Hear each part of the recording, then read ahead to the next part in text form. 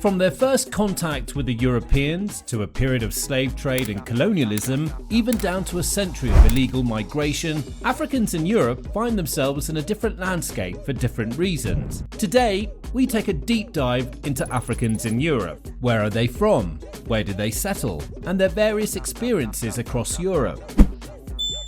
But first, Chapter 1: The Origins of Africans in Europe.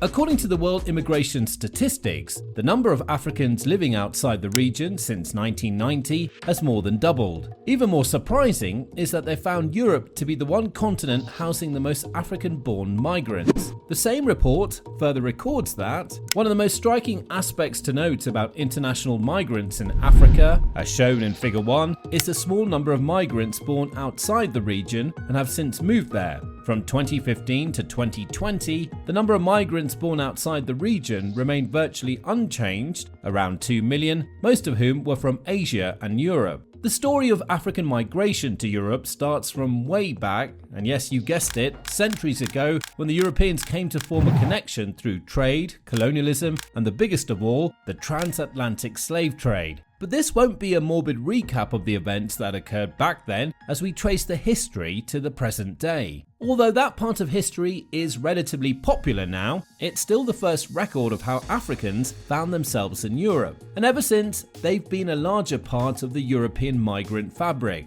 They're in almost every sphere of the lives of the Europeans and are impacting significantly across several areas. The aftermath of World War II meant that many European countries needed a rebuild. For this to happen, labour is needed, and then this era accounts for the second time when Africans and Indians had to move abroad once again in search of jobs. Around this time, countries like the UK, France, and so many others returned to their former African colonies in search of skilled and unskilled labourers. Then came a pathway for people from Nigeria, Ghana, Algeria, and Morocco who were allowed to migrate legally. Today, cities like London, Brussels, and even Paris are home to not hundreds but thousands of Africans. They settled there, formed communities, and subsequently created more ways for others of African descent to come into the European countries. At this point, it becomes crucial to know that the key reason behind most migrations has always been for a better life or more opportunities. However, the journey could have been smoother for all Africans. For example, the reason why many people fled from Somalia, Sudan, and Eritrea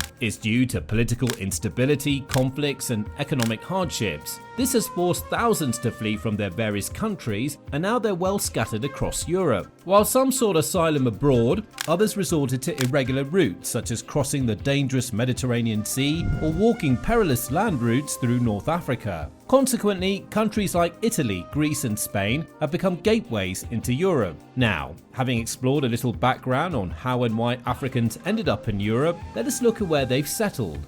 Chapter 2: Settlement and Integration. African migration to Europe has established sizable communities in various countries. Let's look at the European countries with the largest African immigrant populations using the latest facts and statistics. Starting with France, African immigrants here are from Algeria, Morocco, Senegal, Ivory Coast, and so many other former French colonies or Francophone countries. Due to this, France has Europe's largest African immigrant population. Putting that in numbers, there's a rough estimate of about 3 million African immigrants living in France. Many of them are well settled in Paris, Marseille, and even Lyon.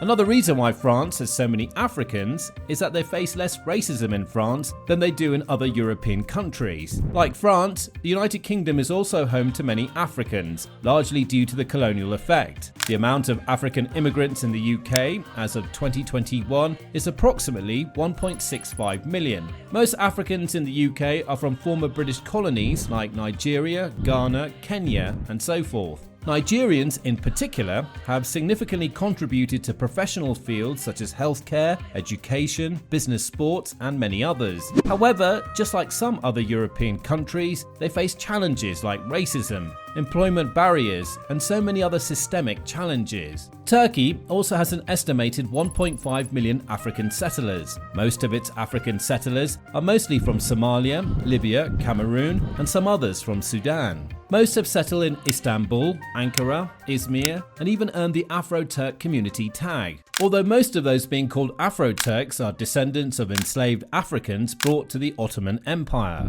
Spain also has a significant African immigrant population, estimated to be around 1.32 million, while Italy is home to over 1.15 million Africans. However, approximately 700,000 Africans live in Portugal, mainly immigrants from former colonies such as Cape Verde, Angola, and Guinea-Bissau. Most of the African migrants have flocked into the metropolitan area of Lisbon. But while these African migrants have been an integral part of the social fabric over the years, their integration has not been without irregularity, as many face economic challenges. More Africans are scattered across Germany, the Netherlands, Finland, Belgium, and many other European countries. But there's something curious about the lives of Africans who have migrated to Europe. It's been a tale of two ends. On the one hand, they're facing hardships due to their colour and harsh living conditions, and on the other, some are risking their lives to reach Europe through irregular channels. Chapter 3: Illegal Immigration. European countries' external borders now see a significant influx of irregular African migrants, particularly along the Mediterranean route. It's become such a big issue that European countries are taking strict measures against it. Illegal migrations to Europe are often done by boat across the Mediterranean Sea,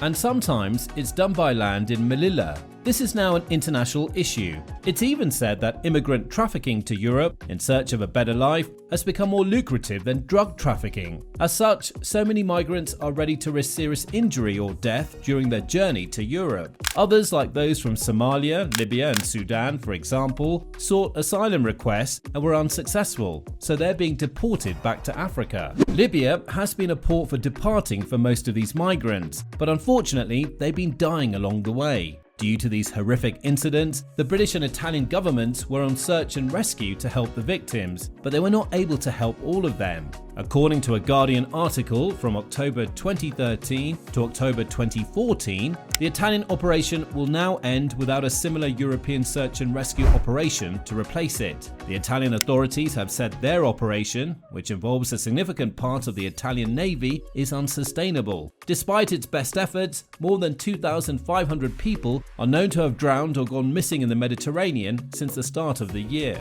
Another report states that as of 2014, over 170,100 people found themselves on the border of Italy by sea. But with all these ridiculous numbers, it just begs the question, why exactly are there so many illegal immigrants? Well, the answer is simple. Most African countries suffer from economic instability, poverty, social and political instability, and limited legal migration routes. So, in search of something better, and without the legal means, they go on the riskiest journey ever by boat through the Mediterranean to get to Europe. Notwithstanding the disaster, which has led to many Africans migrating abroad, there's been a huge downside to illegal immigration, which has now caused the European Union to be stricter on the regulations. But that does not mean that Europe has not gained from having so many Africans around. There have been both positive and negative impacts on the migrations. Economic impact.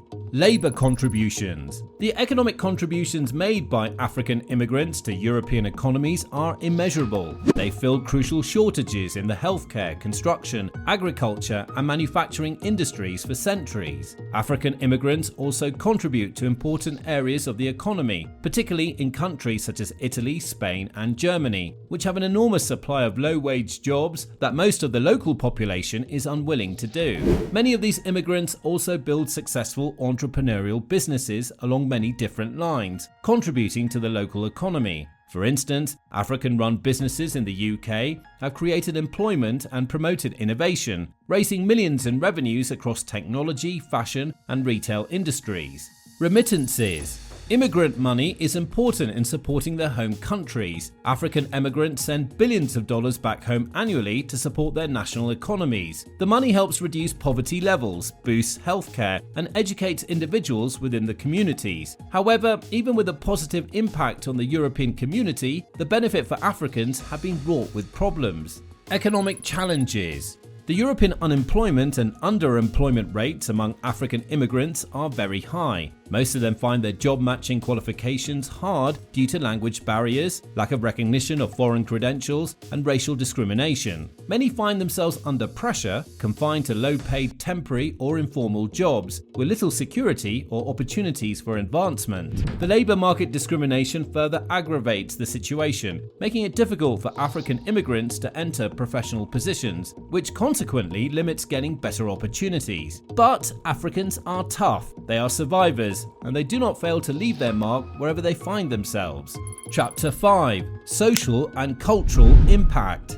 Africans in Europe have impacted and made so much change to the history and culture of the several European countries they inhabit, including sports. This is something most European countries are very grateful for. Due to the blend of the races and the proper settlement of many Africans in Europe, they've positively impacted the world of sport, often taking the countries to glory. You can look at the France national football team as a point of reference, or you can look further at England's national team. Also, in the local leagues, these players and sports athletes have become the faces of the sports brands of their various countries. Big names like Romelu Lukaku, Paul Pogba, and Kylian Mbappe are all of African descent and have lifted European countries to the top. Cultural exchange.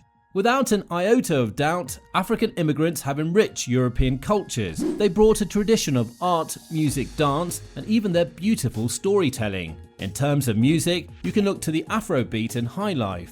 Artists like Youssou N'Dour and Angelique Kidjo have succeeded internationally, blending African music with Western influences and enriching the European music scene. The annual Notting Hill Carnival in London is also another part of Afro-Caribbean culture, attracting millions of visitors worldwide. Cuisine. This almost needs no explanation. You can now find different African cuisines in Europe thanks to the migrants. Now you find the jollof rice, injera and couscous. Moroccan cuisine, for example, has profoundly influenced French gastronomy.